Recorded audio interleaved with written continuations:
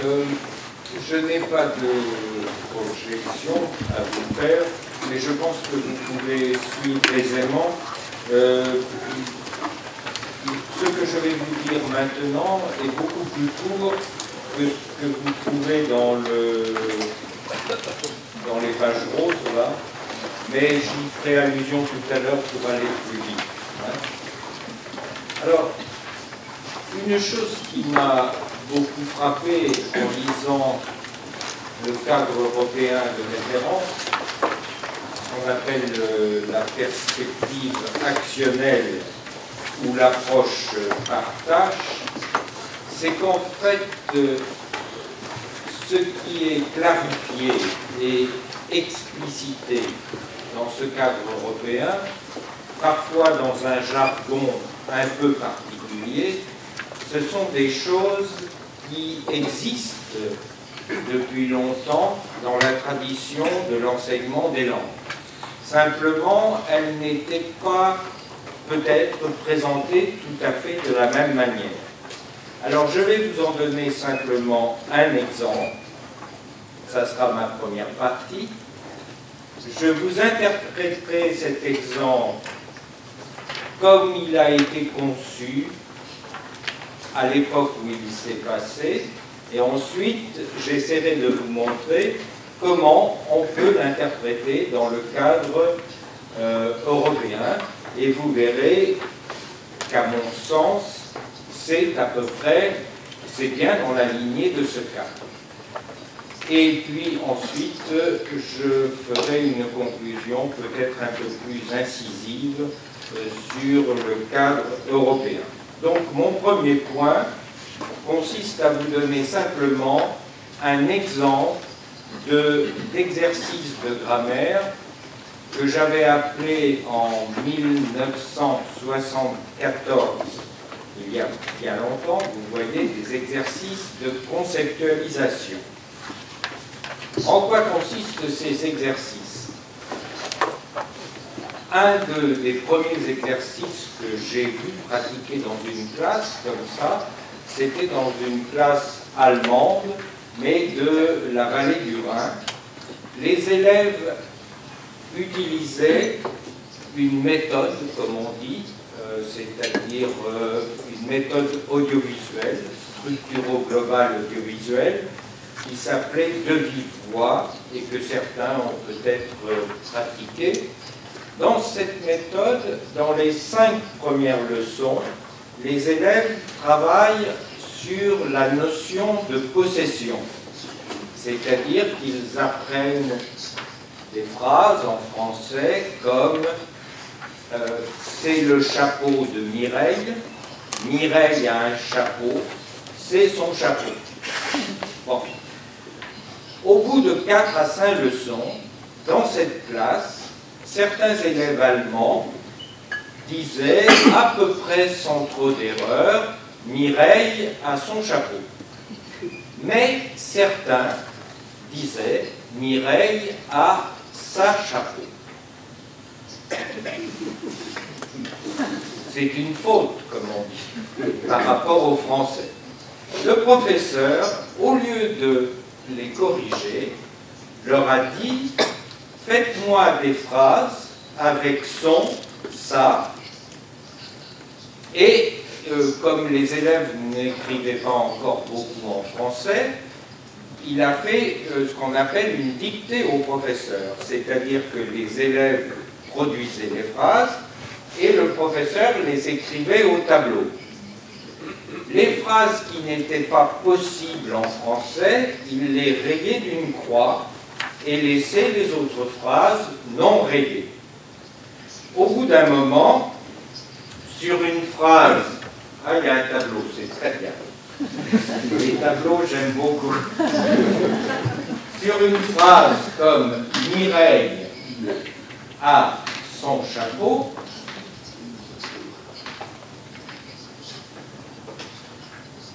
un élève a dit « Je comprends comment ça marche en français ».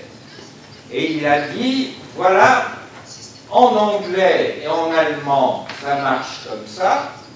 En français, ça marche comme ça. »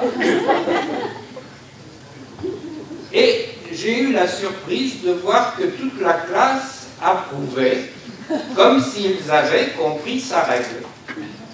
Or, cette règle, qu'il montrait par des flèches comme ça, pourquoi toute la classe la reconnaissait-elle? Simplement parce que c'était une règle à laquelle ils étaient habitués, parce qu'ils l'avaient apprise en anglais ou en allemand.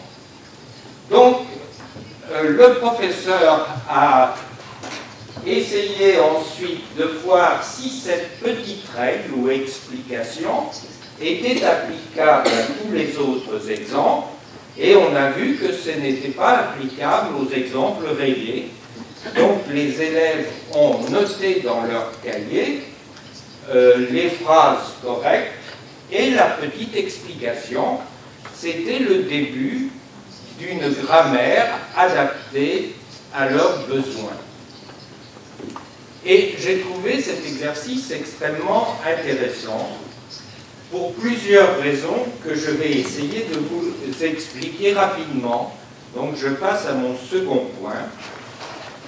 C'est un exercice que j'avais proposé d'abord pour des étudiants relativement avancés, parce que je pensais, les classes que je connaissais, c'était des classes où les élèves parlaient des langues différentes. Donc pour expliquer comment fonctionne la langue étrangère, il leur fallait déjà un certain niveau, disons linguistique, pour pouvoir s'exprimer. Dans la classe d'allemand, ils le faisaient en langue maternelle, parce que tous les élèves avaient l'allemand comme langue maternelle. Ces exercices ont été conçus en réaction à ce qui était dominant à l'époque, c'est-à-dire ce qu'on appelait les exercices structuraux, ou ce qu'on appelait, par exemple, dans la méthode SGAV audiovisuelle, on appelait l'animation grammaticale, c'est-à-dire une pratique ordonnée de la langue, mais sans explication grammaticale. Or, moi, je pensais que des élèves qui avaient dans la tête des idées grammaticales, ils essayaient de les réutiliser dans l'apprentissage de la langue étrangère. Et donc, ces exercices, c'était une manière de tester les hypothèses qu'ils se faisaient dans la tête pour apprendre cette langue. Et pourquoi je raisonnais comme ça? Parce que j'étais convaincu que les règles que le professeur a dans la tête, les règles que l'on trouve dans les livres de grammaire, ça ne correspond pas aux besoins des étudiants. Et pourquoi ça ne correspond pas aux besoins des étudiants? C'est que dans les cas les plus simples, quand on commence à apprendre une langue étrangère, on possède évidemment déjà une langue maternelle. Et sur cette langue maternelle, dans certains systèmes éducatifs, on apprend de la grammaire, comme en Allemagne par exemple. Dans d'autres systèmes éducatifs, on n'apprend pratiquement pas de grammaire, comme au Japon ou comme en Grande-Bretagne. Enfin, jusqu'à ces dernières années. Sur cette L1, on peut figurer l'apprentissage d'une L2 comme ça. C'est-à-dire qu'à la leçon 5, les élèves, qu'est-ce qu'ils connaissent de la L2? Ils connaissent quelques éléments et ils ont l'expérience de leur L1. Les règles dont ils ont besoin, ce sont celles qui leur permettent d'expliquer ou de s'expliquer à eux-mêmes ce qu'ils ont commencé à apprendre dans la L2 et leur expérience de la L1. Les règles que le professeur a dans la tête, ou qui sont souvent dans le livre de grammaire, impliquent beaucoup de connaissances que les élèves n'ont pas. C'est-à-dire, c'est des règles qui sont faites pour les professeurs ou pour les linguistes, pour quelqu'un qui maîtrise bien la totalité de la langue. Donc, à mon avis, le professeur ne peut pas répondre aux besoins des étudiants, et c'est les étudiants qui doivent trouver une réponse aux problèmes qu'ils se posent et aux problèmes grammaticaux qu'ils se posent. Donc, pour que ça marche, il faut du côté du professeur qu'il ait une certaine intuition grammaticale de la langue qu'il enseigne, de manière à pouvoir juger spontanément si une phrase est grammaticale ou n'est pas grammaticale dans cette langue.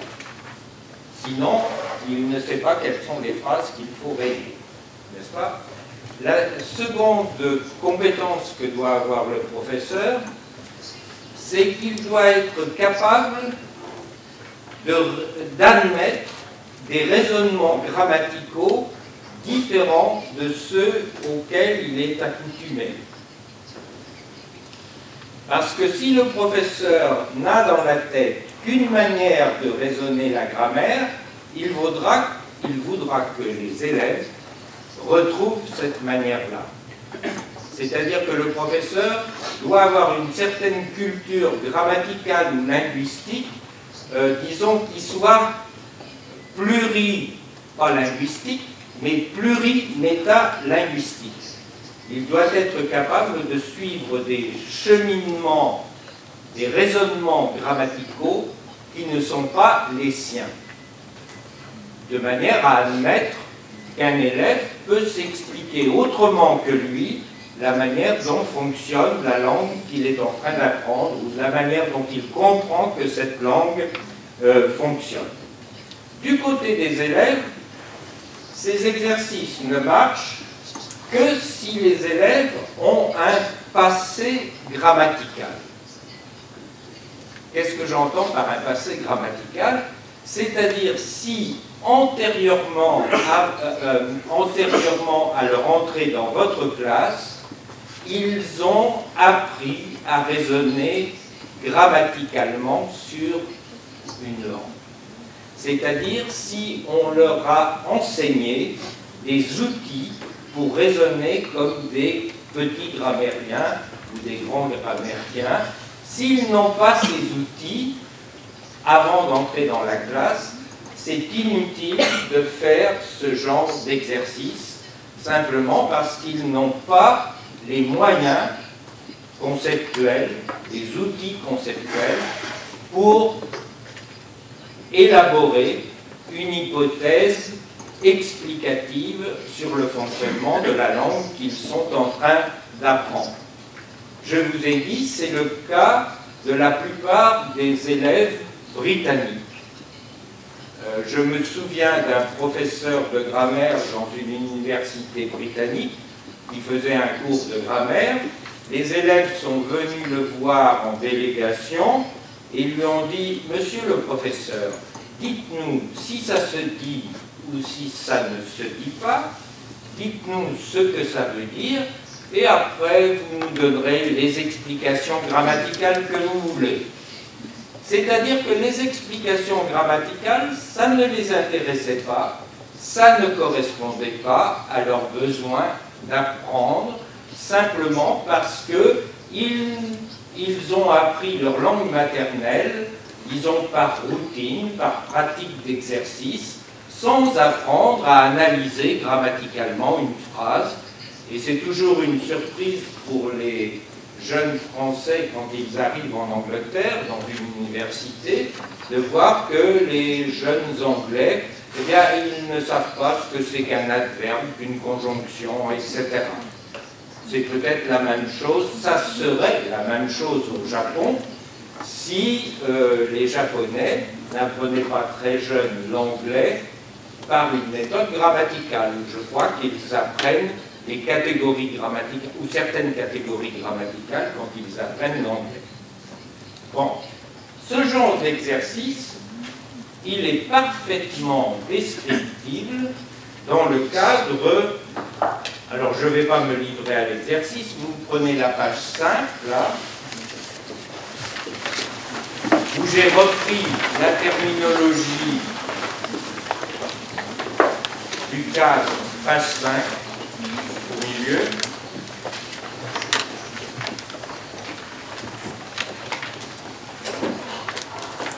peut aussi observer que les exercices de conceptualisation sont parfaitement descriptibles, et vous regarderez au-dessous, j'énumère 5 passages qui montrent que c'est parfaitement compatible avec les descriptions que l'on donne de ce qu'on appelle une tâche métacommunicative à l'intérieur du cadre européen de référence. Bon. En plus, ce type d'exercice, mais bien après, j'ai découvert qu'il y avait un didacticien français du XVIIIe siècle qui proposait plus ou moins la même chose. D'accord? Alors, vous savez qu'un des problèmes, enfin un des problèmes, non, plutôt quelque chose qui caractérise profondément le cadre européen, c'est que ces auteurs n'ont pas voulu prendre position sur les théories qui fondent leurs analyses. Ni les théories linguistiques, ni les théories psychologiques. Il y a évidemment une théorie éducative derrière, mais elle n'est pas explicitée, et ils n'ont pas voulu prendre position non plus sur les techniques d'enseignement que l'on doit utiliser. Comme on a répété plusieurs fois, ça n'est pas un manuel de langue, c'est un guide, c'est une philosophie peut-être pour enseigner les langues, mais la partie théorique en est pratiquement absente, et la partie pratique, disons, comment le mettre en œuvre dans les classes, est aussi n'est pas très précise, disons. À mon avis, c'est plutôt un avantage parce que ça devrait donner beaucoup de souplesse à l'utilisation du cadre européen, et on peut très bien y introduire des exercices comme celui dont je viens de parler, qui ont existé bien avant le cadre. Hein. L'autre point sur lequel je pense que ces exercices sont compatibles avec le cadre européen, c'est que le cadre européen, on dit souvent, de manière pas explicite non plus, ou très explicite, que c'est un point de vue constructiviste. Alors le constructivisme, on peut l'interpréter de manière assez différente. Moi, je l'interprète, comme je l'ai indiqué tout à l'heure rapidement, par le fait que les règles de grammaire ne sont pas des lois de la nature.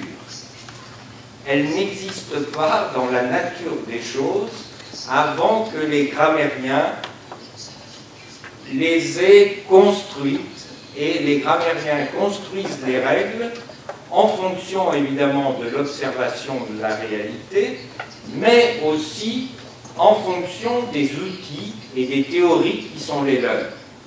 C'est pour ça, par exemple, que je suis contre les exercices de grammaire inductive. Je ne pense pas que les élèves puissent découvrir, même à partir de bons exemples, une règle que les grammairiens ou les linguistes ont parfois mis 1 siècle ou 2 siècles à élaborer. Mais oui, j'appelle ça quelquefois la méthode Eureka, mais on oublie que quand Archimède s'est écrié Eureka, Archimède n'était pas n'importe qui, il se posait des questions depuis longtemps, et il avait beaucoup de connaissances, et en plongeant dans son bain un jour, il s'est dit « Ah, j'ai trouvé la réponse, mais à des questions et à disons, un ensemble de connaissances qu'il avait depuis longtemps. » Je passe à ma conclusion, pour être juste dans les temps, je crois. Je n'ai pas parlé de plurilinguisme, ni de pluriculturalisme. Mais c'est sous-jacent à tout ce que j'ai dit. Je n'ai pas parlé de plurilinguisme, mais je vous ai dit qu'il y avait dans ce raisonnement plusieurs langues présentes. Au moins 2, la langue de départ des élèves et la langue cible, ou une partie de la langue cible. Et parfois, il y a une 3e langue qui est aussi l'anglais, par exemple, dans le cas du Japon. J'ai parlé aussi de métalinguistique. Métalinguistique. Ça veut dire que je considère qu'il y a des manières extrêmement différentes de raisonner les règles d'une langue et que certaines manières l'ont emporté à certaines époques et à d'autres époques, ça a été d'autres manières de raisonner ces langues. Donc il y a plus, disons, il y a besoin de ce que j'appelle quelquefois une métalinguistique contrastive qui consiste à contraster ou à comparer la manière dont on raisonne le fonctionnement des langues dans une culture et la manière dont on raisonne le fonctionnement des langues dans une autre culture. Donc, plurimétalinguistique. Linguistisme, je ne sais pas comment dire, linguistique, si vous voulez, ça sera plus simple. Mais aussi pluralité des traditions éducatives. Je vous ai dit, même à l'intérieur de l'Europe, en Grande-Bretagne, on a abandonné l'enseignement de la grammaire sur la langue maternelle dans les années 1950, alors qu'avant ça se produisait. Mais dans les traditions françaises et allemandes, eh bien, la grammaire est enseignée dès 6-7 ans. Donc il y a disons, on est obligé dans une classe de langue étrangère de tenir compte de traditions éducatives différentes si on veut avoir une classe efficace.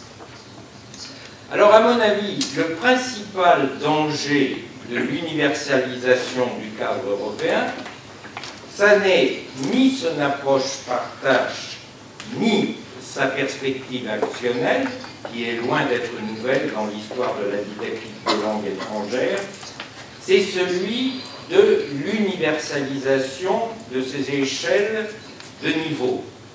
Pourtant, les rédacteurs, si vous lisez, sont très prudents sur cette question. Je cite quelques passages.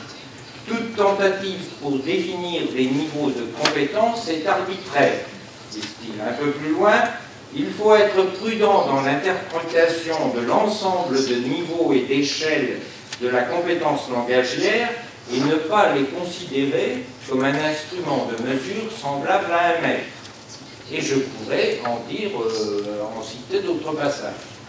Le problème, c'est qu'en diffusant mondialement ces échelles, eh bien, on oublie parfois ces prudences et on sait que les évaluations certificatives induisent plus ou moins un certain contenu et mode d'enseignement qui ne conviennent pas toujours aux apprenants. C'est d'abord, je crois, quand on universalise ces échelles et ces niveaux, sans précaution, sans les contextualiser au sens où ça a été défendu plusieurs fois depuis le début de ce colloque, c'est oublier qu'elles ont d'abord été conçues dans et pour l'Europe, à des fins de modalités professionnelles ou autres. Or, il est beaucoup de pays, dont le Japon, où l'on apprend le français ou l'allemand L2 à des fins qui sont moins utilitaires que d'ordre culturel ou esthétique, en particulier pour le français. Voilà, je vous remercie.